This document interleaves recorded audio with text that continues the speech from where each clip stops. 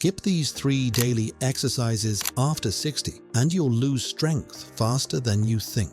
Most people ignore them, but the last one might be the most important of all. Exercise number 1. Side lying leg lifts. Lie down on your side, on a mat, carpet, or even a firm bed. If getting down to the floor feels difficult, keep your legs neatly stacked, one directly on top of the other, and rest your head on your lower arm, a pillow, or your hand, whichever feels most comfortable. Straighten your top leg and gently lift it upward, stopping just before your hips start to roll backward. Keep your toes pointing forward, not up, to ensure you're targeting the right muscles. Pause for a moment at the top, then slowly lower your leg back down with full control. That lowering phase is just as important as the lift. Aim for 10 to 12 repetitions on each side, completing 2 to 3 sets depending on your strength level. What makes this move so effective is its focus on the hip abductors, the muscles on the outer hip and thigh that are often forgotten in traditional workouts. These muscles are like your body's stabilizers, kicking in every time you step sideways, shift your balance, or climb out of a car. They're also the ones that catch you when you trip or stumble. Once they weaken, balance starts to falter, walking becomes less steady, and the risk of falling increases dramatically.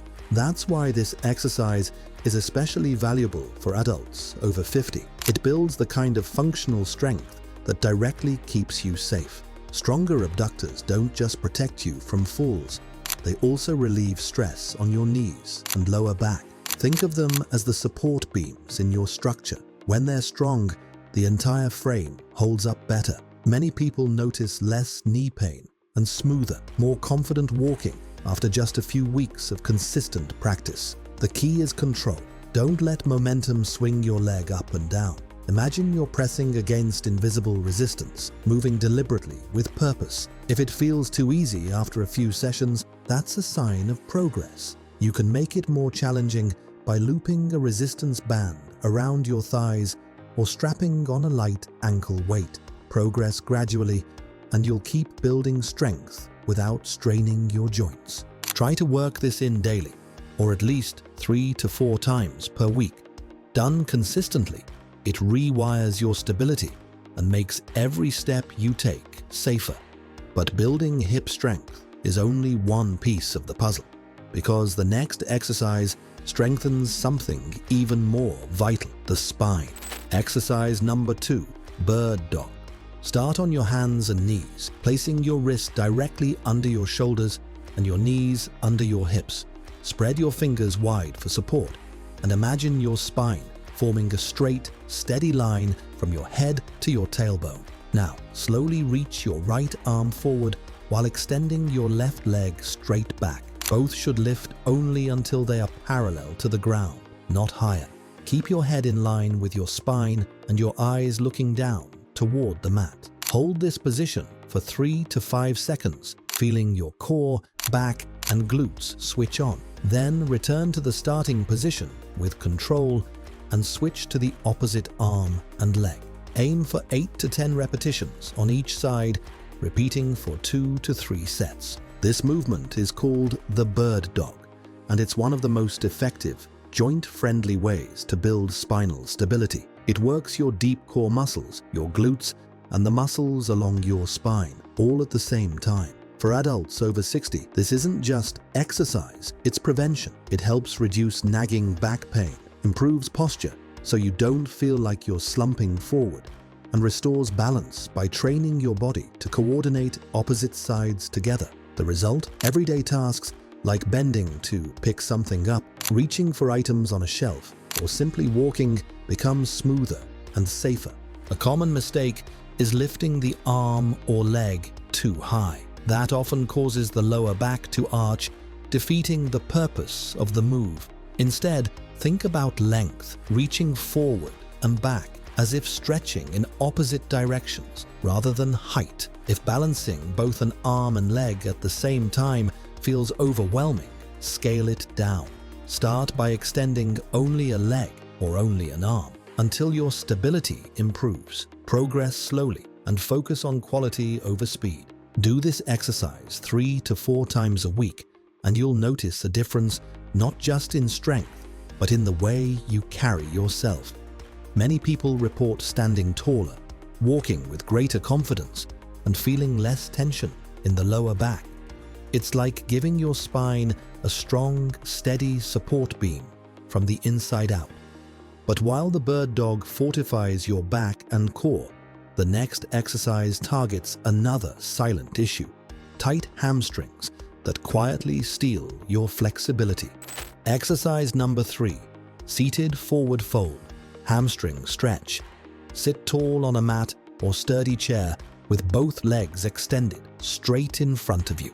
Imagine a string pulling the crown of your head upward so your spine stays long, your chest lifted, and your shoulders relaxed. Flex your toes back toward your body so your heels gently press into the ground. From here, begin to hinge forward slowly from your hips, not your lower back. Think of folding at the waist like a door hinge, keeping your back flat and strong. Reach your hands toward your shins, ankles, or feet, but stop wherever your body naturally allows. The goal is comfort, not straining. Hold the stretch for 20 to 30 seconds, breathing slowly and deeply. After a brief rest, repeat this sequence 2 to 3 times. This move is the seated hamstring stretch, and for anyone over 60, it's one of the most powerful tools to fight stiffness. The hamstrings, those long muscles running down the back of your thighs, are sneaky culprits behind a host of mobility issues. When they tighten, they pull on your pelvis and spine, creating a chain reaction of discomfort, lower back pain, shorter steps, difficulty standing tall, and even balance troubles. By lengthening these muscles, you give your back relief, your stride more freedom, and your hips the mobility they need for smooth, pain-free walking. Think of flexible hamstrings as built-in shock absorbers. Every time you walk, climb stairs, or bend down, they cushion the joints, ease the load on your knees and hips, and reduce the risk of injury. Without flexibility, even simple movements can feel stiff and awkward, but with steady stretching, you regain the fluidity of movement that makes daily life easier and more enjoyable. The secret here is gentleness. Don't force your way to your toes. It's not a competition. Progress is measured in comfort and consistency, not depth. If your flexibility is limited, elevate your hips slightly by sitting on a folded blanket, which naturally tips the pelvis forward and makes the stretch easier. Or use a towel or yoga strap looped around your feet to give your hands something to hold onto.